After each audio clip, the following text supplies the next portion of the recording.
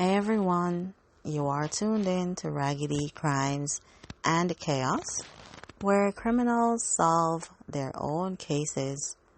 I'm your host, and today's story is so dumb. We are talking about a bank robber who wrote his hold up note on his own deposit slip, complete with his printed name and account number. Then acted surprised when police showed up at his house. Let's get into this self-sabotage special. Alright, so this is Robert, 53 years old, unemployed, broke, desperate. He's been banking at First Community Bank for 15 years. They know him there, which makes what he's about to do even dumber. Robert decides he's going to rob the bank. He's seen it in movies. Seems simple. Walk in, hand over a note, walk out with money. So, Robert goes home to write his robbery note. He looks around for paper and grabs a deposit slip from his checkbook. Now, if you're not familiar with deposit slips, let me explain. They have your name printed on them, your account number, your address. It's literally a piece of paper that identifies exactly who you are. Robert flips it over to the blank side and writes, "This is a robbery. Give me all your money. Don't make me use my gun." And he thinks, perfect.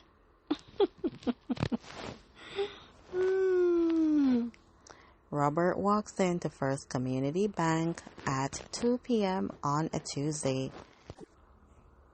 The teller is Lisa. She's worked there for 8 years. She knows Robert, has helped him with his account multiple times. Robert walks up to her window, slides the note across the counter. Lisa picks it up, reads it, flips it over, sees Robert's name, account number, and address printed on the other side. She looks up at Robert. Robert's trying to look intimidating. Lisa looks back down at the deposit slip, then back up at Robert.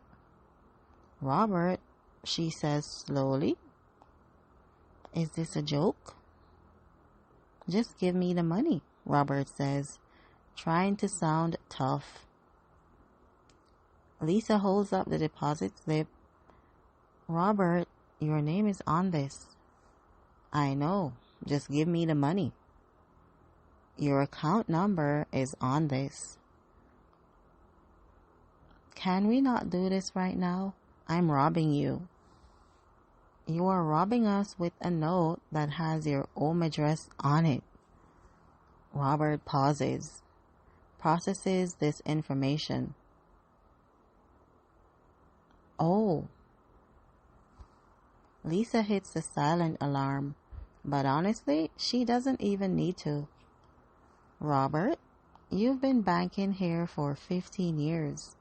We know who you are." I know. This wasn't well thought out." "You could have used any piece of paper, but you used a deposit slip with your information on it." "I was in a hurry." "You were in a hurry? To rob the bank where you have an account?" When you say it like that, it sounds really stupid.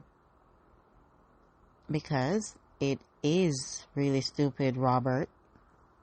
Other tellers are watching now. One of them, Sarah, walks over. "Is Robert robbing us?" "Yes," Lisa says, "with his own deposit slip." Sarah looks at the note, looks at Robert. Oh, Robert, why would you do this? I'm having a hard time, Robert says, defeated. We can see that, but this isn't the solution. Police arrive 4 minutes later.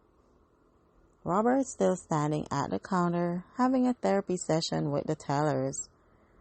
Officers walk in, see Robert, and immediately recognize him.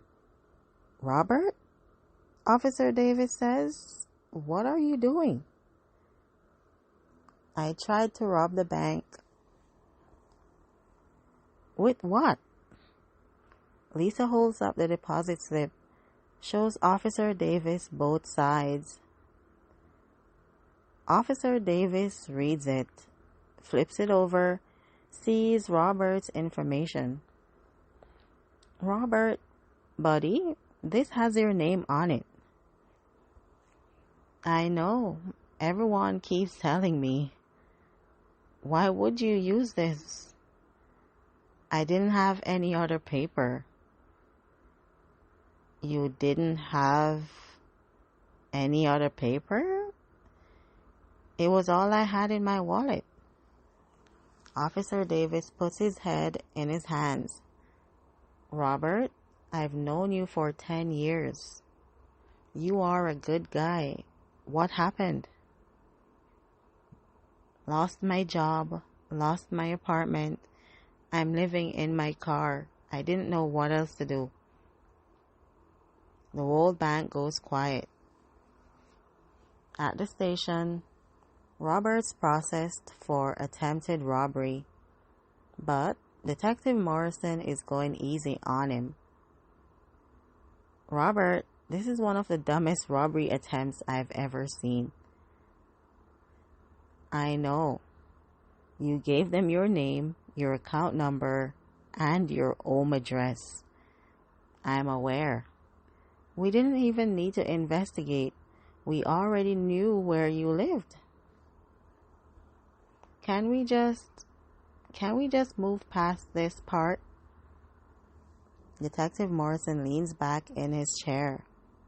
You know what? I'm going to make a call.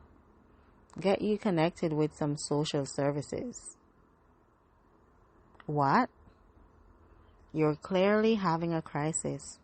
This wasn't a criminal act. This was a cry for help. I still tried to rob a bank with a deposit slip that had your name on it. I don't think you were really committed to the crime. Robert thinks about this. You are right. I wasn't. I didn't know what else to do. Detective Morrison gets Robert connected with a social worker. They help him find transitional housing, apply for unemployment, get back on his feet. Robert still faces charges. Attempted robbery is still a crime, but the judge takes his circumstances into account. Probation, community service, mandatory counseling. So, what have we learned from today's Raggedy Crime? Lesson 1. If you're going to write a robbery note, use blank paper, not paper with your personal information printed on it. Lesson 2. Robbing the bank where you have an account is already a bad plan. Making it easier to identify you is worse. Lesson 3. If you're in a crisis, there are better options than crime.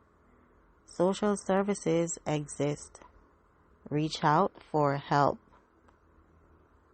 And honestly, this story has a surprisingly positive end.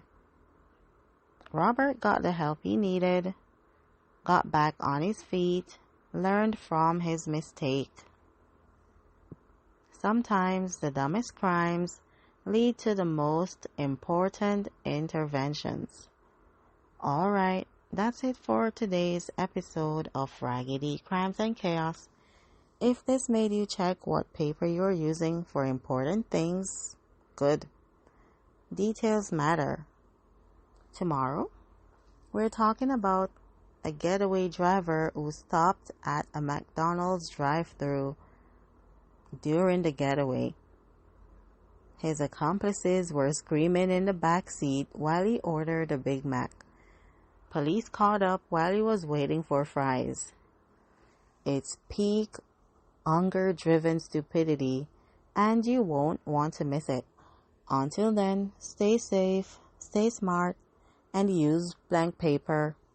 You are tuned out of Raggedy Crimes and Chaos. I'm out.